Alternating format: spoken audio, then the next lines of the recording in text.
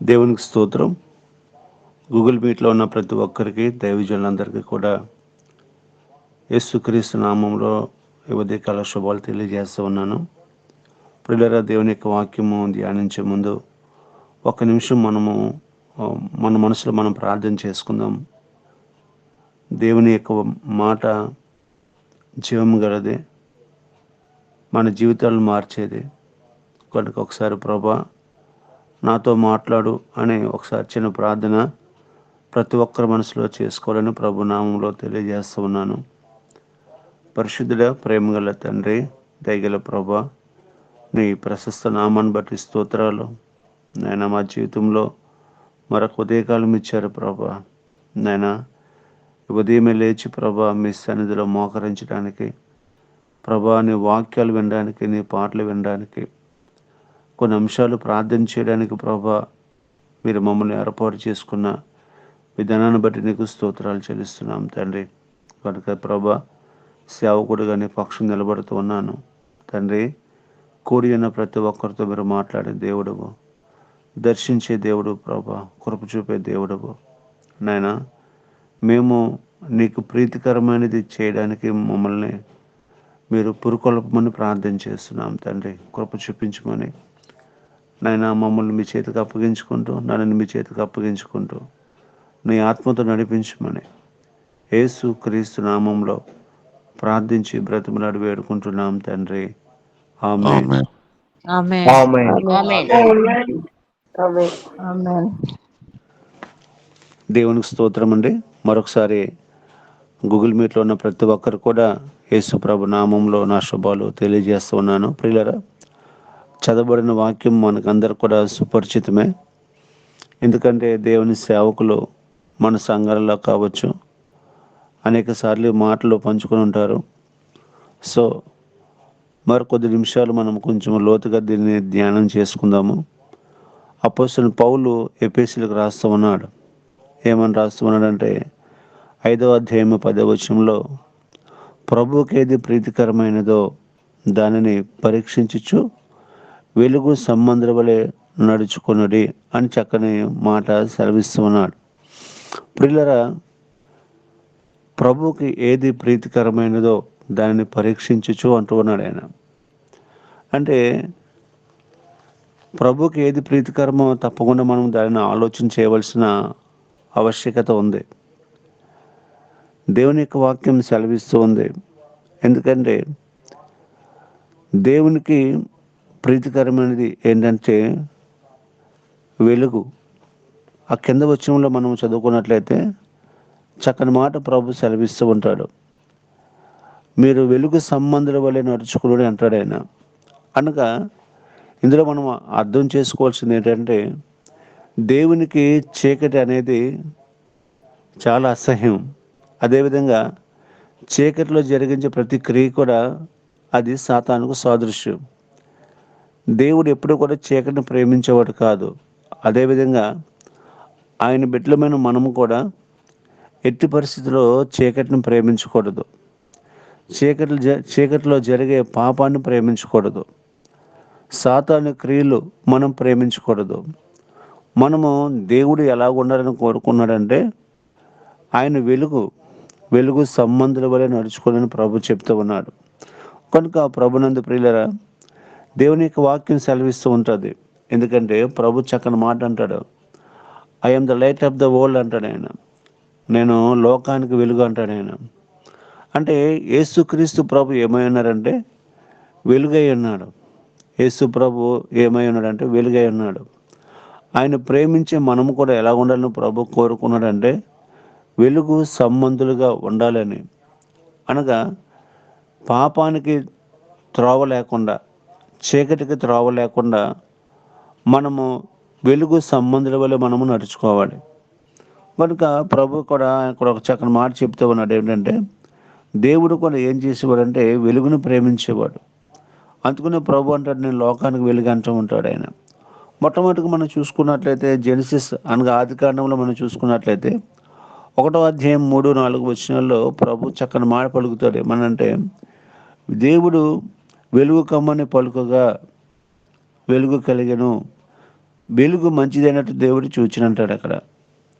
వెలుగు కమ్మని పలుకగా అనగా ఈ యొక్క దేవుని యొక్క వాక్కు మొట్టమొదటిగా ఏం చేసిందంటే వెలుగు కమ్మని పలుకగా వెలుగు కలిగెను, దేవుడు అది మంచిదైనట్టు చూచాను అంటాడు ఆయన.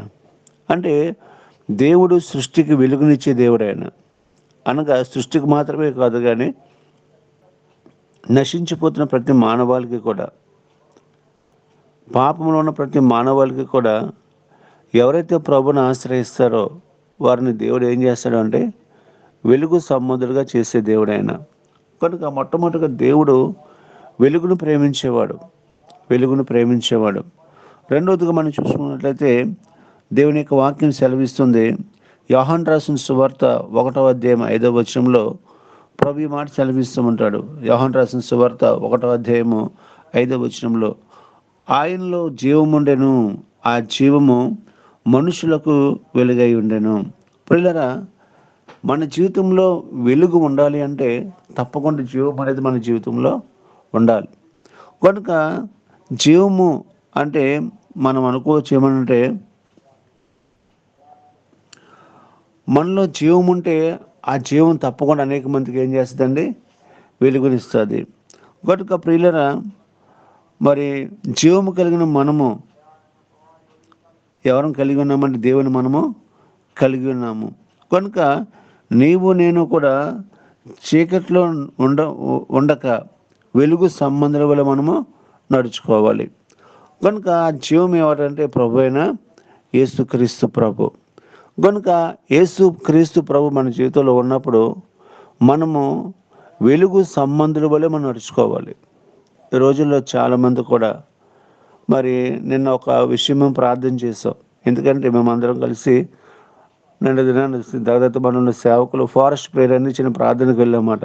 అంటే అందరం కలిసి కొంతమంది ఒక 6-7 సేవకులు కలిపి ఒక అడవి ప్రాంతానికి వెళ్ళి అక్కడ ప్రార్థన చేసుకుంటూ ఉన్నాం. సో అక్కడ ఒక సేవకుడు చెప్పాడు, పాస్టర్ గారు ఈ రోజుల్లో యవనస్తులు చాలా పాడైపోతున్నారండి, అదేవిధంగా దేవుని సేవకులు పిల్లలు కూడా లోకం వైపు తిరిగిపోతూ ఉన్నారండి అని చెప్తూ ఉన్నాడు ఆయన. సో చాలా బాధ కలిగింది. ఎందుకంటే దేవుని సేవకులు పిల్లలు దేవుళ్ళు నడుచుకోవాలి, అదేవిధంగా తల్లిదండ్రుల యొక్క మాట విని ఆ మాట ప్రకారంగా జీవించాలి. కానీ ఎప్పుడైతే వీరు కొంచెం వయసు పెద్దదైందో లోకాన్ని చూసినప్పుడు వాళ్ళకి తల్లిదండ్రులు ఎలా కనిపిస్తారంటే శత్రువులుగా కనిపిస్తూ ఉంటారు. వాళ్ళ మాట వినకూడదని ఒక భావం అనేది వాళ్ళు ఏర్పడుతూ ఉంటుంది. అనగా దేవుని కలిగిన మన జీవితంలో కూడా లోకం అనేది ఎంత మాత్రం కూడా మన జీవితంలోనికి రాకూడదు. ఎందుకంటే లోకం చాలా తీపుగా ఉంటుంది, పాపం అనేది చాలా తీపుగా ఉంటుంది. కనుక ఒకవేళ పాపం అనేది మనలో ఎంటర్ అయితే మనలో ఉన్న జీవం కాస్త బయటకు వెళ్ళిపోతూ ఉంటుంది.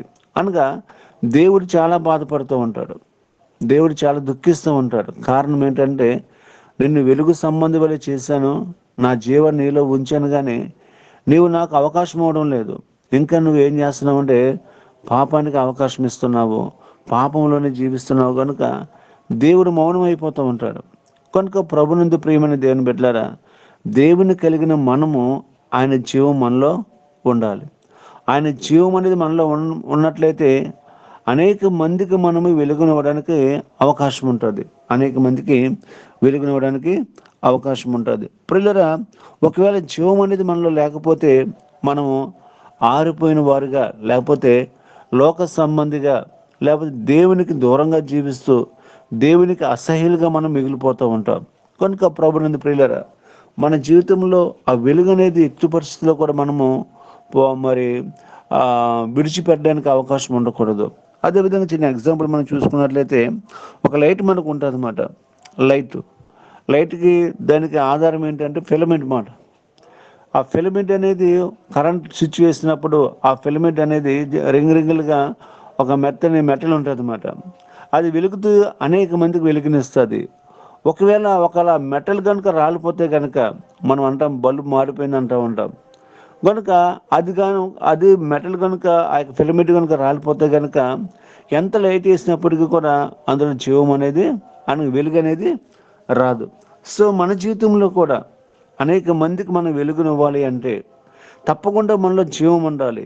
ఆ జీవం ఏం చేస్తుందంటే అనేక మందికి వెలుగునిచ్చేదిగా ఉంటుంది. కనుక ఆ జీవం ఎవరమంటే ప్రభువైన యేసుక్రీస్తు ప్రభు. ఆ జీవం ఎవరంటే ప్రభువైన యేసుక్రీస్తు ప్రభు. ప్రభువు లేకుండా నువ్వు నామకార్థ క్రైస్తవుడికి ఎంతకాలం జీవించినప్పటికీ కూడా నువ్వు అనేక మందికి మాదిరిగా ఉండలేవు. అదేవిధంగా ప్రభువుని నిన్ను ఆశ్రయించిన, ప్రభువుని నమ్ముకున్నానని మందిరానికి వెళ్తున్నప్పుడు కూడా నీలో ప్రవక్తన మార్పు లేకపోతే, నీ జీవితంలో మార్పు లేకపోతే అది అనేక మందికి అవమానకరంగా మిగిలిపోతాం మనం. అనేక మందికి అవమానకరంగా మిగిలిపోతాం. చూడండి, మందిరానికి వెళ్తున్నాడు కానీ ఇందులో సరైన మార్పు లేదు, సరైన రక్షణ లేదు, ఇంకా లోక సంబంధిగానే బ్రతుకుతూ ఉన్నాడు, లోకంలో అన్నిటికీ కూడా చాలా యాక్టివ్గా పాల్గొంటాడు, లోక సంబంధిగా ఉన్నాడని లోకము మనల్ని ఆరిపోసుకుంటుంది. రెండవదిగా దేవుని నామానికి మనము అపకీర్తి తెచ్చేవారుగా మనము ఉంటామని దేవుని యొక్క వాక్యము సెలవిస్తుంది. కనుక ఆ వెలుగు మనము అనగా ఆ జీవం మనలో ఉంటే ఆ దేవుల్లో జీవం ఉంది కనుక ఆ జీవము మరి మనుషులకు వెలుగే ఉన్నదన్నమాట. ఆ దేవునిలో జీవం ఉంది కనుక ఆ జీవమే మనుషులకి అది వెలుగే ఉందని దేవుని యొక్క వాక్యము సెలవిస్తుంది. కనుక మనలో జీవం అనేది ఉండాలి. మనలో ఆ జీవం ఎప్పుడు వస్తుందంటే సరైన ప్రార్థనా జీవితం ఉన్నప్పుడు, అదేవిధంగా సరైన వాక్యం మనం చదువుతున్నప్పుడు, సరైన సహవాసంలో మనం అంటు కట్టబడినప్పుడు ఆ జీవం అనేది మనలోనికి ప్రవహిస్తూ ఉంటుంది. చాలామంది మందిరానికి వెళ్తారు కానీ వాక్యం వినరు, అసలు ప్రార్థన కూడా చేయరు, చాలా కష్టంగా ఉంటుంది. కానీ మనలో మందిరానికి వెళ్తున్నప్పుడు కూడా జీవం లేకుండా మనం బ్రతుకుతూ ఉన్నాం. మందిరానికి వెళ్తున్నప్పటికీ కూడా సరైన జీవం మనము పొందుకోలేకుండానే బ్రతుకుతూ ఉన్నాం మనం. కనుక ఆ విధంగా మనము ఉండకూడదని దేవుని యొక్క వాక్యం సెలవిస్తుంది. మనం అనేక మందికి వెలుగునిచ్చేవారుగా, అనేక మందికి త్రోవ చూపించేవారుగా మనం ఉండాలి. ఎందుకంటే మనల్ని చూచిన వారు మనలో ఎవరిని చూడాలి అంటే యేసు ప్రభుని చూడాలన్నమాట. మనలో చూసిన వారు యేసు ప్రభుని చూడాలి. రెండవదిగా ఒక మాట మనం ప్రభు చదువుకుందాం, దేవుని యొక్క వాక్యాన్ని చదువుకుందాం. మత్తయి రాసిన సువార్త 5వ అధ్యాయము 16వ వచనంలో చక్కని మాట ప్రభు సెలవిస్తూ ఉంటాడు. మత్తయి రాసిన సువార్త 5వ అధ్యాయము 16వ వచనంలో, మరి మనుషుల్లో మీ సత్క్రియలను చూచి మరి పరలోకమందున మీ తండ్రి మహిమ పరచబడినట్లు వాని ఎదుట మీ వెలుగును ప్రకాశింపనీయుడి అని ప్రభు చెప్తూ ఉన్నాడు. అంటే మనుషుల్లో మీ సత్క్రియలు అనగా ప్రభు మనం చూసినప్పుడు మనలో ఏం కనిపించాలంటే సత్క్రియలు కనిపించాలి, మంచి క్రియలు మాట. అనగా మంచి క్రియలు మనం కలిగి ఉండాలి. మన వెలుగు సంబంధంగా ఉన్న మన జీవితంలో మనం ఏమి కలిగి ఉండాలంటే మంచి క్రియలు మనం కలిగి ఉండాలి. అది ఎవరి దగ్గర ప్రకాశింప చేయాలంటే లోకంలో ఉన్న మనుషుల వైపు. అనగా నీ ప్రవక్తను చూచిన వారు యేసు ప్రభుని చూడాలి. నీవు నీ ప్రవక్తన లేకపోతే నీ యొక్క బిహేవియర్ లేకపోతే నీ యొక్క అంతా మరి నిన్ను చూసినప్పుడు ఒకనొకప్పుడు లోక సంబంధంగా ఉన్నావు, నీవు దేవుడు నిన్ను వెలుగు సంబంధిగా మార్చాడు. కానీ ఇప్పుడు వెలుగు సంబంధంగా ఉన్న నీవు నీ సత్క్రియలను మనుషులు ఎదురు ఏం చేయాలండి? ప్రకాశింప చేయాలి. అనగా మన నడవడిక, మన పడక. అందుకుని అంటాడు ప్రభు, దావీదు అంటాడు, నేను లేచినుట నా పడక అంతా కూడా నువ్వు గమనిస్తున్నావు అంటాడు దావీదు మహారాజు. అంటే మనల్ని చూచిన వారు మనలో ఉన్న సత్క్రియలు చూడగలగాలి. ఎప్పుడైతే మనలో ఉన్న సత్క్రియలు చూశాడో వీడు మార్పు చెందిన వాడుగా ఉన్నాడు, ఇది దేవుని బిడ్డ అని ఒక మంచి అభిప్రాయం అనేది లోకంలో ఉన్న మానవాళికి కలుగుతూ ఉంటుంది. కనుక మన క్రియలు దేవుని ఎదుట మంచిగా ఉండాలి. మొట్టమొదటిగా మన క్రియలు ఎలా ఉండాలంటే దేవుని ఎదుట చాలా చక్కగా ఉండాలి. రెండవదిగా ప్రభు చెప్తున్నాడు ఏంటంటే మరి ఇతరులు మరి ఎదుట మన వెలుగును ఏం చేయాలండి? ప్రకాశింప చేయాలి. నువ్వు ఎప్పుడైతే దేవుళ్ళు నువ్వు కరెక్ట్గా నడుచుకుంటావో, దేవుళ్ళు ఎప్పుడైతే నువ్వు కరెక్ట్గా ఉంటావో, దేవుళ్ళు ఎప్పుడైతే నువ్వు మంచిగా నడుచుకుంటావో అప్పుడు నీ క్రియలు ఎలా ఉంటాయంటే నీ మనుషులైతే నువ్వు నడిచినప్పటికీ కూడా, మనుషులతో నువ్వు ఉన్నప్పటికీ కూడా, అంటే లోకంలో నువ్వు జీవిస్తున్నప్పుడు కూడా నీ క్రియలను చూచి అనేక మంది మార్పు చెందడానికి అవకాశం అనేది ఉంటుంది. ఒకప్పుడు మనము చీకటి సంబంధులమే, ఒకప్పుడు మనము లోకంలో ఉన్నవారమే. కానీ ఇప్పుడైతే మనము దేవుని యొక్క వెలుగు సంబంధులము, క్రీస్తు యేసు యొక్క వెలుగు సంబంధులము. కనుక మన క్రియలు చాలా చక్కగా దేవునిలో చక్కగా ఉండాలి, మనం నడుచుకున్న నడవడికలో చక్కగా ఉండాలి, మన యొక్క ప్రవక్తంలో చక్కగా ఉండాలి, మన కుటుంబ జీవితంలో, సంఘ జీవితంలో, సమాజ జీవితంలో తప్పకుండా మనము దేవుని పోలిన బిడ్డలుగా మనం నడుచుకోవాలి. ఎప్పుడు నడుచుకోగలమంటే ఆయన జీవము మనలో ఉన్నప్పుడు ఆ జీవం అనేక మందికి వెలుగునిస్తుంది. అదేవిధంగా సత్క్రియలు మనలో జీవితంలో ఉన్నప్పుడు ఆ సత్క్రియలను చూసి నువ్వు చెప్పకుండానే అనేక మంది ప్రభుని ఆశ్రయించడానికి కూడా చాలా అవకాశం అనేది ఉంటుంది. కనుక ప్రభునందు ప్రియమైన దేవుని బిడ్డలారా, మనము వెలుగు సంబంధుల వల్ల మనము నడుచుకోవాలి. అదేవిధంగా 1 యోహాను రాసిన పత్రిక 1వ అధ్యాయము 7వ వచనంలో మనం చదువుకున్నట్లయితే, 1 యోహాను రాసిన పత్రిక 1వ అధ్యాయము 7వ వచనంలో, అయితే ఆయన వెలుగులో నున్న ప్రకారము మనము వెలుగులో నడిచిన ఎడల మనము అన్యోన్య సహవాసం గలవారమై ఉందుము అని ప్రభు చెప్తూ ఉన్నాడు. అయితే ఆయన వెలుగులోనున్న ప్రకారము అనగా మన ప్రభు ఎక్కడ ఉండే దేవుడు అంటే నిత్యము కూడా వెలుగులో ఉండే దేవుడు. ఆయన ఉన్న చోట చీకటి ఎంత మాత్రం కూడా ప్రవేశించదు. రెండవదిగా నిత్యము కూడా ఆయన మరి కోటి సూర్యుల తేజస్సులో కోటాను కోట్ల దేవదూతలతో నిత్యము కూడా ఆయన పరిశుద్ధుడు పరిశుద్ధుడు పరిశుద్ధుడని గాన ప్రతిగానాలతో ఆయన పొగడబడుతున్న గొప్ప దేవుడు ఆయన. అనగా మన దేవుడు ఎక్కడున్నాడు అంటే మహామహిమలో నివసించే దేవుడు ఆయన. మహామహిమలో నివసించే దేవుడు మన దేవుడు, మహాదేవుడు. అదేవిధంగా ఆయన వెలుగులోనున్న ప్రకారము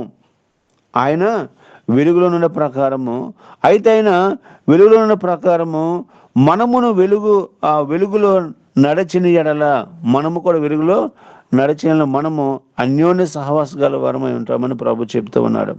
యేసు ప్రభు ఎవరంటే వెలుగు సంబంధి. యేసు ప్రభు ఎవరండి? వెలుగు సంబంధి. ప్రియులారా, మనం కూడా వెలుగు సంబంధులమే. ఎందుకంటే ఒకానొకప్పుడు చీకటిలో ఉన్నవారము, కానీ దేవుని మహాకృప ఆయన ప్రాణమిచ్చి ఆయన రక్తమిచ్చి మనల్ని కొనుక్కున్నాడు ఆయన. ఒకానొకప్పుడు చీకటి సంబంధులు మనము, ఒకానొకప్పుడు లోకంలో ఉన్నవారు మనము, ఒకానొకప్పుడు సాతానిక బానిసత్వంలో చీకటిలో ఉన్నవారు మనము. కానీ దేవుని మహాకృప ఏంటంటే ఈ దినం విడిపింపబడ్డాం మనము. దేవుడు మన కొరకు వెల చెల్లించాడు. ఆ వెల లోకంలో ఎవరు చెల్లించలేరు. ఒక తల్లి కానీ, ఒక తండ్రి కానీ, బంధువులు కానీ, తోబుట్టువులు కానీ, స్నేహితులు కానీ, రక్త సంబంధులు కానీ మన కొరకు ఏమీ చెల్లించలేరు. చెల్లించినప్పుడు కూడా అది చెల్లదు. ఎందుకంటే పాపి కొరకు చనిపోతే ఉపయోగం ఉండదు. కనుక పాపి చీకటిలో ఉన్నవాడు ఒక పాపిని రక్షించలేడు. కనుక ఆయన పరలోక ఔన్నత్యాన్ని విడిచిపెట్టి లోకానికి వచ్చి ఆ మహామహిమను విడిచిపెట్టి నిత్యము కూడా దూతలతో పొగడబడుతున్న స్థలాన్ని విడిచిపెట్టి ఆయన లోకానికి వచ్చాడు అంటే నిన్ను నన్ను కూడా చీకట్లో నుంచి విడిపించడానికి ఆయన లోకానికి వచ్చాడు. ఆయన అమూల్యమైన రక్తాన్ని చిందించాడు. ఆయన నిష్కలంకమైన రక్తాన్ని చిందించాడు. ఆయన గొర్రెపిల్ల వంటి క్రీస్తు రక్తాన్ని చిందించాడు. ఆయన మనల్ని దాన్ని వెలగా పెట్టి మన కొరకు మూల్యం చెల్లించి దాన్ని వెలగా పెట్టి చివరికి తన కొరకు తాను ఏమి కూడా దాచుకోకుండా ఆయన బలంతో పొడిచినప్పుడు రక్తము నీరు కారే అని దేవుని యొక్క వాక్యం సెలవిస్తుంది. అంటే తన కొరకు తాను ఏమి దాచుకోకుండా, తన ప్రాణాన్ని ఏమి దాచుకోకుండా ఆయన ప్రాణాన్ని మనకి ఇచ్చిన గొప్ప దేవుడు ఆయన. ఎంత గొప్ప దేవుడు అండి! అంటే మనము కూడా ఆయనతో పాటు ఉన్నవారు మనము ఇంకా చీకటి క్రియలు మనలో ఎలుబడి చేస్తున్నాయా? దేవుడు ఎంత వెల మన కొరకు చెల్లిస్తే, ఎంత గొప్ప భాగ్యాన్ని దేవుడు మనకు అనుగ్రహిస్తే నీ వెలుగు సంబంధిగా మనం నడుచుకోవాలని ప్రభు సెలవిస్తున్నాడు కదా. ఇంకా చీకటి క్రియలు మన జీవితంలో ఉన్నాయా అనేది ఒకసారి మనము ఆలోచన చేసుకోవాలి. ప్రియులారా, ఆ విధంగా మనం ఆలోచన చేసుకున్నట్లయితే ఎక్కడైతే మనం పడిపోతున్నామో తిరిగి లేవడానికి అవకాశం ఉంటుంది. మనకి అవకాశం ఉంటుంది. ఎందుకు అంటే దేవుడు మన కొరకు వెల చెల్లించాడు. నేను వెలుగు సంబంధిగా చేయడానికి, ఆయనతో పాటు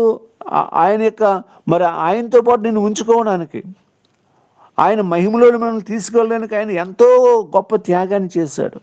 ఇంకా మన జీవితంలో చీకటి క్రియలు ఏమైనా ఎలుబడి చేస్తున్నాయేమో ఒకసారి మనము ఆలోచన చేసుకోవాలి. ఎందుకంటే ప్రభు చెప్తున్నాడు, అయితే ఆయన వెలుగులో ఉన్న ప్రకారము మనము వెలుగులో నడిచిన అనగా ఆ యేసుక్రీస్తు ప్రభు వెలుగై ఉన్నాడు. అదే వాక్యపు నీడలో, ఆయన వాక్యం అనే వెలుగులో మనం కూడా ఏం చేసుకోవాలండి? నడిచేవారుగా మనం ఉండాలి. కనుక వాక్యం వింటున్నాం, మనము వాక్య ప్రకారంగా జీవించట్లేదే. ఎన్నోసార్లు వాక్యం ప్రతిరోజు కూడా గూగుల్ మీట్లో వాక్యం వింటున్నాం మనము. ప్రతి వారము దేవుని యొక్క మందిరంలోకి వెళ్ళి వాక్యం వింటున్నాం మనము. ప్రతిరోజు ఎక్కడి దగ్గర ప్రార్థనకు వెళ్ళి మనము వాక్యం వింటున్నాం మనము. అదేవిధంగా వినిస్తారు ఆ చెప్పబడిన వాక్యం మరలా వాట్సాప్లో మనకు పెడతా ఉన్నాడు ఆయన. అప్పుడు కూడా వాక్యం వింటూ ఉన్నాం మనము. కానీ మన క్రియలు ఎలాగున్నాయి? మనం ఎక్కడ నడుచుకుంటున్నాం? మనం వెలుగు సంబంధుల వల్ల నడుచుకుంటున్నామా? దేవుని జీవం మనలో ఉందా? దేవుని యొక్క వాక్యానుసారమైన జీవితం మన జీవితంలో ఉందా? ఒకసారి మనం ఆలోచన చేసుకుందాం. మనము చీకటి సంబంధం కాదు. చీకటి సంబంధం కాదు. ఎందుకంటే చీకటి సంబంధి ఉదయం లేచి వాక్యం ఉండవు, ప్రార్థన చేయడు. మనం ఎవరమంటే ప్రభులో ఉన్నవారం మనము, వెలుగు సంబంధులం మనము, క్రీస్తులో ఉన్నవారం మనము. కనుక మనము ఆయనతో పాటు నడవగలిగితే, ప్రభు అన్నాడు కదా, మనము అన్యోన్య సహవాస గలవారమై ఉందము అంటాడు ఆయన. అంటే దేవునితో మనకు సహవాసం, అన్యోన్య సహవాసం, మనం క్లోజ్ రిలేషన్షిప్ మాట. నిజంగా ఈ రిలేషన్షిప్ ఎక్కడ ఉంటుందంటే ప్రాణ స్నేహితుడి దగ్గర ఉంటుంది. నిజంగా మన భార్య కంటే, మన తల్లి కంటే, మన తండ్రి కంటే, మన భర్త కంటే ఎక్కువగా ప్రేమించేవారు ఎవరంటే మన ప్రభు అయిన యేసుక్రీస్తు ప్రభు. కొంతమంది ఏం చేస్తారంటే సీక్రెట్స్ కనీసం తన భార్యతో కూడా చెప్పరు, తన భర్తతో కూడా చెప్పరు. ఎవరితో చెప్తారంటే ప్రాణ స్నేహితులతో చెప్పుకుంటూ ఉంటారు ఒక్కొక్కసారి. అంటే నాకంటే ఎక్కువగా నిన్ను ప్రేమిస్తున్నాను, నాకంటే ఎక్కువగా నన్ను ప్రేమిస్తున్నాను. ప్రాణ స్నేహితులతో ఏం చేస్తారు? సీక్రెట్స్ కూడా చెప్పుకుంటూ ఉంటారు. కానీ వారికంటే మన ప్రభు ప్రాణాతి ప్రాణమైన స్నేహితుడైన. ఎందుకంటే మనకి ఎవరు కూడా దగ్గర రాకపోవచ్చు, కానీ మనం ప్రార్థన చేసి మన ప్రార్థన వినబడి మన ప్రభు అయిన యేసుక్రీస్తు ప్రభు, మనము ఆయనతో అన్యోన్య సహవాసం గలవారముగా మనం ఉన్నామా? ఆయన వాక్యంలో మనం నడుచుకుంటున్నామా? దేవుడు వెలుగులో ఉన్నాడు కదా, ఆయన వాక్యమే వెలుగు కదా, ఆయన వాక్యంలో మనం నడుచుకోగలుగుతున్నామా? వాక్యం వింటున్నాం, కానీ వాక్యానుసారమైన జీవితం నీలోనూ నాలోనూ ఉందా? ఒకసారి మనము ఆలోచన చేసుకోవాల్సిన వారముగా మనం ఉన్నామని నేను తెలియజేస్తూ ఉన్నాను ప్రియులరా. కనుక ప్రియులరా, మనము దేవుని యొక్క వెలుగులో మీరు నడుచుకోవాలని, దేవుని యొక్క వాక్యపు వెలుగులో మనం అందరం నడుచుకోవాలని దేవుని యొక్క ఉద్దేశం మాట. ఎందుకంటే దేవుని యొక్క వాక్యం సెలవిస్తూ ఉంది. యోహాను రాసిన మొదటి పత్రిక 2వ అధ్యాయం 14వ వచనంలో చక్కని మాట ప్రభు సెలవిస్తూ ఉంటాడు. 1వ యోహాను రాసిన పత్రిక 2వ అధ్యాయం 14వ వచనం, యవనస్తులారా మీరు బలవంతులు, దేవుని యొక్క వాక్యం మీలో నివసించుచున్నది, మీరు దుష్టుని జయించి ఉన్నారని ప్రభు చెప్తూ ఉన్నాడు. ఎందుకంటే మనం బలవంతులమని ప్రభు చెప్తూ ఉన్నాడు. కారణం ఏంటి అంటే, ఎందుకు మనం బలవంతులమని ప్రభు చెప్తే, దేవుని యొక్క వాక్యం మీలో నివసించుచున్నది. స్తోత్రం. అనగా దేవుని యొక్క వాక్యం మీలో నివసించుచున్నదని ప్రభు చెప్తూ ఉన్నాడు. మీరు బలవంతులు. ఎవరైతే దేవుని యొక్క వాక్యానుసారమైన జీవితం కలిగి ఉంటారో వారు ప్రభులో బలవంతులు. అంటే లోకానుసారం కండలు మనకు అవసరం లేదు, లోకానుసారంగా బల ప్రదర్శన మనకు అవసరం లేదు. కానీ ఎందులో బలం కావాలంటే ఆధ్యాత్మికమైన జీవితంలో మనము బలం పొందుకోవాల్సిన వారమై ఉన్నాము. అంటే ఇవన్నీ కూడా ప్రభుకు ప్రీతికరమైనది, ఇవన్నీ కూడా ప్రభుకి ఇష్టకరమైనది మాట. కనుక మనం ఏది ప్రీతికరమో వివేచన చేయాలి, ఏది ప్రీతికరమో ఆలోచన చేయాలి, ఏది ప్రీతికరమో అది ఆలోచన చేసి మనం అందులోనే నడుచుకోవాల్సిన వారుగా మనం ఉన్నాం. అందుకని ప్రభు చెప్తున్నాడు, యవనస్తులారా మీరు బలవంతులు. ఎందుకంటే దేవుని యొక్క వాక్యం మీరు నిలిచి ఉన్నది. కనుక మీరు ఏం చేశారంటే దుష్టుని జయించి ఉన్నారని చెప్తూ ఉన్నాడు ఇక్కడ.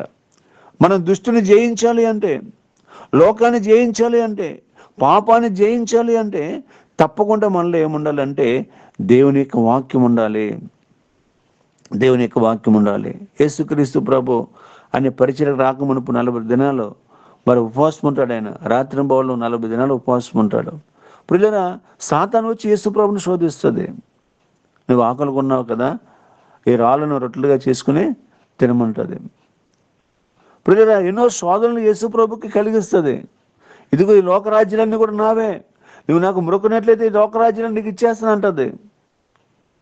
ప్రభు అంటాడు కదా, మనుషుడు రొట్టె వలన కాదు కానీ దేవుని యొక్క వాక్యం వలన బ్రతుకుతాడు అంటాడు ఆయన. అప్పుడు ఎప్పుడైతే సాతాను ప్రభుని సాతాను వెనక్కి పో అంటాడు ఆయన. అంటే సాతానును కూడా దేవుడు ఎలా గద్దించాడంటే వాక్యానుసారంగానే గద్దించాడు ఆయన. వాక్యం చూపించేది అక్కడ. మనుషులు రొట్టె వల్ల కాదు జీవించేది, దేవుని యొక్క వాక్యం వలన. ఆ వాక్యమే దేవుడు, ఆ వాక్యమే వెలుగు. ఆ వాక్యం మనలో ఉంటే మనం ఎవరమంటే వెలుగు సంబంధులు మనం. కనుక దుష్టుని మనం జయించాలి అంటే, సాతాను మనం జయించవలసిన వారంగా మనం ఉండాలి అంటే, తప్పకుండా మన జీవితంలో ఏముండాలంటే దేవుని యొక్క వాక్యం ఉండాలి. నువ్వు వాక్యం లేకుండా, ప్రార్థన లేకుండా సాతాను క్రియలు నువ్వు జయించలేవు, శోధన నువ్వు జయించలేవు. ప్రతి ఒక్కరు శోధనలు వస్తాయి, ప్రతి కుటుంబంలో శోధనలు కలుగుతూ ఉంటాయి. ఎంతైతే ప్రభుకు దగ్గరగా జీవిస్తూ ఉంటామో మన జీవితంలో, ప్రభుకు ఎంత దగ్గరగా ఉండాలని మనం అనుకుంటూ ఉంటామో, అప్పుడే సాతాను మనం శోధించడానికి కూడా వాడికి అవకాశం ఉంటుంది. అప్పుడు చాలామంది మనుషులు ఏం చేస్తారంటే, యేసు ప్రభు మాకు కలిసి రాలేదని దేవుళ్ళు మార్చేసే వాళ్ళు కొంతమంది ఉంటారు. యేసు ప్రభు మాకు కలిసి రాలేదు అని దేవుళ్ళు మార్చేసేవారు చాలామంది ఉన్నారు నాకు తెలిసిన వాళ్ళు. కానీ నువ్వు శోధనలు నిలబడగలిగితే దేవుడు నిన్ను సువర్ణముగా మార్చే దేవుడు ఆయన. మన శోధనలో మనం దేవుని కొరకు నిలబడగలిగితే దేవుడు మనల్ని ఏం చేయగలను? సువర్ణముగా మార్చే దేవుడు ఆయన. కనుక ప్రియులారా, దేవుని యొక్క వాక్యం మనలో నివసింపచేయాలి. దేవుని యొక్క వాక్యం మనలో సమృద్ధిగా ఉండాలి. దేవుని యొక్క వాక్యం మన జీవితంలో ప్రియులారా, అందులో ప్రభు ఆ సామెతలు అంటాడు, నీ కంట నీ యొక్క నుదుటికి బాసికంగాను అని నీ చేతికి కంకణంగా కట్టుకోమంటాడు దేవుని యొక్క వాక్యాన్ని. దేవుని బిడ్డలుగా మన జీవితంలో దేనికి అవకాశం అవ్వాలి అంటే దేవుని యొక్క వాక్యానికి అవకాశం ఉంటుంది. కొంతమంది ఏం చేస్తారంటే ప్రార్థన అయిపోతుంది, అప్పుడు రారు మందిరానికి. తర్వాత ఆరాధన అయిపోతుంది, అప్పుడు కూడా రారు దేవుని మందిరానికి. వాక్యం ముగింపులో వస్తారు కొంతమంది. అయితే వాక్యము ముగింపులో వస్తారు. దేవుడు ఏ విధంగా నీళ్ళు నివసిస్తాడు ఆయన? ఆ దినానికి కావాల్సిన, ఆ వారం కావాల్సిన వర్తమానం దేవుడు మనకు అనుగ్రహించినప్పుడు ఎంతగా మనము దేవుని సన్నిధికి ముందుగా వెళ్ళాలి. మనము అన్నిటికీ కూడా ముందు ఉంటాం. మనము పెళ్లి పేరంటాలకు ముందు ఉంటాము, చావులకు ముందు ఉంటాము, ఎన్నో కార్యక్రమాలకు అన్నిటికీ ముందు ఉంటాం. కానీ దేవుని మందిరానికి ఏమైపోతూ ఉంటాం? మనము వెనక్కుండిపోతూ ఉంటాం. ప్రియులారా, నేను వెనకలాగేది ఎవరనుకున్నావు తెలుసా నీకు? నీలో ఉన్న చీకటి సంబంధమైన క్రియలు నేను ఏం చేస్తున్నాయి? వెనకలాగుతూ ఉన్నాయి. నీ యొక్క దేవుని యొక్క వాక్యం నీలో ఉంటే చీకటి నీలో పనిచేయదు. దేవుని యొక్క వాక్యం నీలో ఉంటే నీవు అనేక మంది జీవం ఇచ్చేవాడుగా ఉంటావు, వెలుగునిచ్చేవాడుగా ఉంటావు. కానీ దుష్టుడి యొక్క ఉద్దేశము దేవుని సన్నిధిలో దేవుని యొక్క వాక్యానికి నీకు అవకాశం లేకుండా చేయడానికి, దేవుని యొక్క వాక్యం వినకుండా చేయడానికి, దేవుని యొక్క వాక్యానుసారం మన జీవితం నడుచుకోకుండా చేయడానికి ప్రియులరా సాతాను మనల్ని ఏం చేస్తాడండి? వెనకలాగుతూ ఉంటాడు. కనుక ప్రియులరా, మనలో దేవుని యొక్క వాక్యం సమృద్ధిగా నివసింప చేయాలి. అందుకని ప్రభు అన్నాడు కదా, ఎప్పుడైతే దేవుని యొక్క వాక్యం మన జీవితంలో ఉంటుందో మీరు దుష్టుని జయించి ఉన్నారు అంటాడు ఆయన. నిజమే, దుష్టుని మనము జయించాలి అంటే దేవుని యొక్క వాక్యం మనలో సమృద్ధిగా ఉండాలి. ప్రార్థనా జీవితం సమృద్ధిగా ఉండాలి. ప్రియులరా, మన జీవితంలో దేవునికి సమీపస్తులుగా మనం జీవించాలి. దేవునికి అనుకూలమైన వారిగా మనం బ్రతకాలి. ఈ లోకంలో దేవుని యొక్క వెలుగులో మనం నడుచుకోవాలి. అందుకని ప్రియులరా, ప్రభు అన్నాడు, ఆయనకి ఏది ప్రీతికరమైనదో, ఆయనకి ఏది ప్రీతికరమైనది. కనుక ప్రియులరా, మన జీవితంలో దేవునికి ఏది ప్రీతికరమైనది మనకు తెలుసు. మనము వెలుగు సంబంధులుగా నడుచుకోవడం దేవునికి ప్రీతికరమైనది. ఇంకా చీకట్లో మనం పాలువారు అవడము దేవునికి ఇష్టం లేని పని. అది దేవునికి ఇష్టం లేని పనిలో నువ్వు జీవిస్తున్నావా? ఒకసారి ఆలోచన చేసుకో. ఆ పాపాన్ని విడిచిపెట్టు, ఆ తప్పును విడిచిపెట్టు. దేవుడి కనికర పూర్ణుడు ఆయన, క్షమించే దేవుడు ఆయన. ఆయన నీలో నివసించడానికి ఇష్టపడుతూ ఉన్నాడు. ఆయన నీలో ఉండడానికి ఇష్టపడుతూ ఉన్నాడు. ఆయన నేను ఒక మంచి వెలుగు సంబంధిగా చేయడానికి, వెలుగు త్రోవలో నడుచుకోవడానికి దేవుడు ఇష్టపడుతూ ఉన్నాడు. లోతు భార్య దేవుని దూతలు వచ్చి, అమ్మా సొదొమ గొమొర్ర కాలిపోతూ ఉంది, దయచేసి మీరు నా మాట వినండి రండి అని తీసుకెళ్ళిపోతూ ఉన్నాడు ఆయన. ఏండి తీసుకెళ్తూ ఉన్నప్పుడు లోతు భార్య ప్రియులారా దేవుని యొక్క మాట వినకుండా, దేవుని దూతల మాట వినకుండా ఏం చేసిందంటే లోకం వైపు చూసింది. నా బంగారం ఏమైపోతూ ఉందో, నా ఇల్లు ఏమైపోతూ ఉందో, నా ఆస్తి ఏమైపోతూ ఉందో. ఎంత ఘోరమండి! దేవుడి తన దూతలను పంపించి లోతు కుటుంబాన్ని ఒక సేఫ్ జోన్లో తీసుకెళ్తుంటే తన భార్య లోతు భార్య వెనకతోటి చూసిందండి. మన బ్రతుకులు కూడా అలాగ ఉన్నాయా? ఒకసారి ఏమైనా మన జీవితాలు కూడా ఆ విధంగా జీవిస్తున్నాం మనం ఏమైనా? దేవుని మార్గంలో నడుచుకోకుండా, దేవుని వెలుగులో నడుచుకోకుండా, నాకు చీకటి క్రియలు ఇష్టము, లోకమే ఇష్టము, లోకం వైపు చూస్తున్నావా? లోతు భార్య ఉప్పు స్తంభం అయిపోయింది ఆ ప్రాంతంలో. ఉప్పు స్తంభం అయిపోయింది. కనుక దేవుని ప్రేమించేవారుగా మనం ఉండాలి. దేవుని యొక్క వాక్యములో నివసించేవారుగా మనం ఉండాలి. ఎప్పుడైతే దేవుని వాక్యం నీలో నివసిస్తూ ఉందో, దేవుడు నివసిస్తున్న, ఎందుకంటే ఆది యందు వాక్యం ఉండెను, వాక్యం దేవుని యొద్ద ఉండెను, వాక్యమే దేవుడై ఉండెను, ఆ వాక్యమే ప్రభు. ఆ వాక్యాన్ని మనం హృదయంలో మనం భద్రపరచుకోగలిగితే ఎన్ని శోధనలు వచ్చినప్పుడు కూడా మనము జయించడానికి ప్రభు తన సహాయాన్ని మనకు అనుగ్రహిస్తాడు. ఈ అవకాశం ఇచ్చిన అధ్యక్షుల వారికి నా హృదయపూర్వక వందనాలు తెలియజేసుకుంటూ వాక్యాన్ని ముగిస్తున్నాను. అందరికి వందనాలు. Praise Lord. అందరికీ వందనాలండి. ప్రార్థన చేసుకున్నాం. పరిశుద్ధుడా ప్రేమ నమ్మకం కలిగిన మా ప్రియ పరలోకపు తండ్రి యేసయ్యా, మీ బంగారు పాదాలకి వందనాలు, స్తుతులు, స్తోత్రములు. దేవా, ఉదయకాల సమన ప్రభ మాతో మీరు మాట్లాడినందుకు మీకు వందనాలు, స్తుతులు, స్తోత్రములు తండ్రి. నాయన ఇదిగో తండ్రి, ఉదయకాల సమన ప్రభ మాతో నాయన వెలుగు గురించి మీరు మాట్లాడారు ప్రభ, అందుని బట్టి మీకు వందనాలు, స్తుతులు, స్తోత్రములు. నాయన మాలో ఏ చీకటి అయితే ఉందో ప్రభ మేము తొలగించుకునేలాగా నాయన మాకు సహాయం దయచేయమని అడుగుచున్నాను.